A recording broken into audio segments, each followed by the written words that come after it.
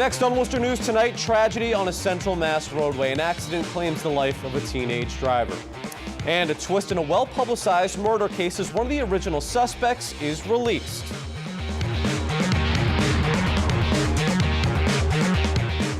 Good evening. Thanks for joining us. I'm Tim McCone. We begin tonight with a fatal single car crash on Route 62 near the Barre-Hubbardston line. A 17-year-old girl has died and her 15-year-old brother is being treated in the hospital. Brittany Murch and her younger brother Griffin were on Route 62 when she lost control of the car and hit a tree. This is the scene on Route 62 tonight. The accident occurred this morning before the start of school. Quabbin Regional High School was on a 2-hour delay. Brittany was a senior at Quabbin. There will be grief counselors available at the school tomorrow. This is the third fatal car crash involving the Quabbin Regional High School community in the last 2 years. Our Brittany Schaefer has more on today's tragic events. Describe a horrific scene on Route 62 in Barre. This completely mangled Kia was removed from the roadway this morning. Police say the driver did not survive a serious crash. A motor vehicle was traveling into Barre from the town of Hubbardston and collided sideways with the tree. According to the Worcester County District Attorney Office, 17-year-old Brittany Murch, who was driving the car, died at the scene. Her younger brother Griffin was taken to UMass Memorial Medical Center with serious injuries. There was a 2-hour delay for the school to allow the towns some extra time to keep up with the road conditions. Our DPW was out early this morning treating the roadways. You could see the pavement, so there must have been some type of black ice. Route 62 has a speed limit of 40 miles per hour and involves many hills and turns. Barre Police Chief Eric Dimitropoulos says weather was most likely a major factor. When you're in New England, everybody knows how cautious you have to drive. So we're quite certain that it's a good chance that the operator was traveling cautiously. Both teens are students at Quabbin Regional High School. Griffin is a freshman and plays football for the school. Brittany was a senior and ran cross country. Sister and a brother, it's just devastating to the family. Incomprehensible is what it is. We always ask that the people are understanding of what these families are going through, whether it be a minor accident or a major accident. Brittany Schaefer, Worcester News Tonight. We continue to follow a story we brought you last night. The search for a missing Paxton man enters its 4th day. 88-year-old Ali Kamaz's family says he was last seen on Sunday morning. Police and family members have been canvassing the area in hopes of locating Kamaz, who suffers from dementia and diabetes. He's 6 feet tall and very thin. If you have any information, you're asked to contact Paxton Police.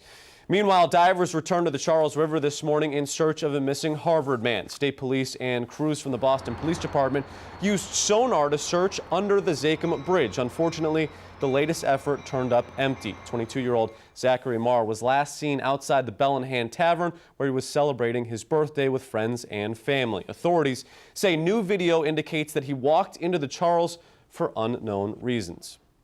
The missing Holbrook woman and graduate of Holy Name Central Catholic High School has been found safe.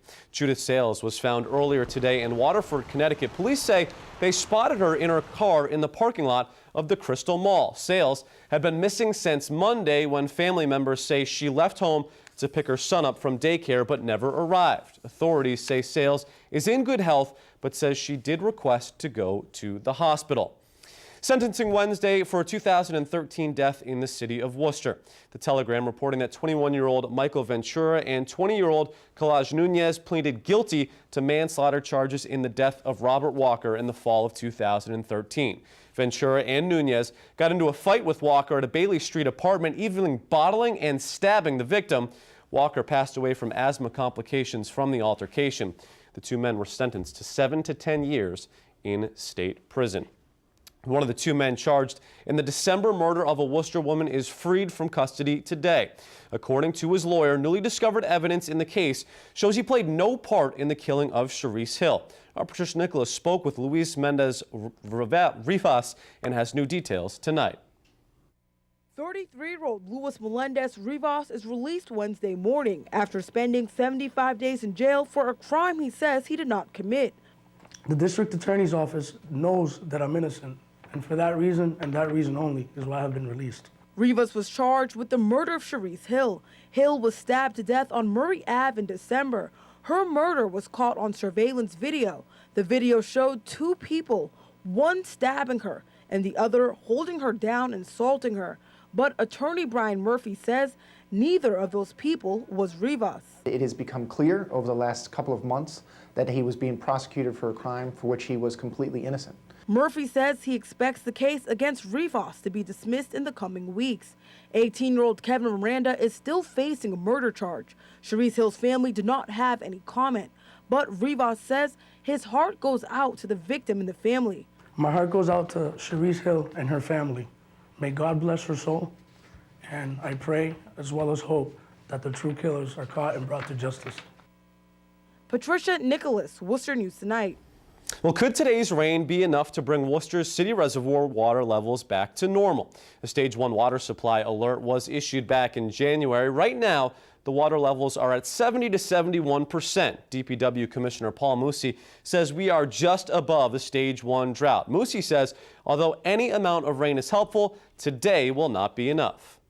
We still need to see significant rain between now and the end of April to get the reservoirs where we want to see them going into the summer. Musi says residents should still be conserving water.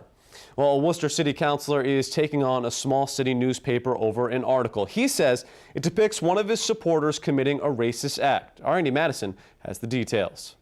Put it on in 2 weeks or whenever. Councilor Michael Gaffney versus the InCity Times. Gaffney has filed a defamation lawsuit against the publication over an article published earlier this month. According to the lawsuit, the article states that Gaffney held a fundraiser and one of the guests mocked black people by wearing blackface. The suit states the article is false and defamatory and seeks a judgment of $1 million. In a statement, Michael Gaffney said, quote, "The document speaks for itself. It is time to move on from all the personal attacks being levied against me and address the real issues of the city." Another article was written about the fundraiser, but then both were taken down a short time later. The lawsuit cites a retraction article that says they took down the articles because they couldn't confirm the truth, calling it a mistake. Gordon Davis wrote one of the articles in question and is also named in the lawsuit. In the statement, he tells Worcester News Tonight, "We haven't been served with the complaint. When we're served, we will review it and then make a statement. If it goes to trial, we are confident that the court will find no libel." The publisher of InCity Times did not respond to requests for comment. Andy Madison, Worcester News Tonight. Gordon Davis is also reportedly suing the blog Turtle Boy Sports. He's alleging the blog defamed him.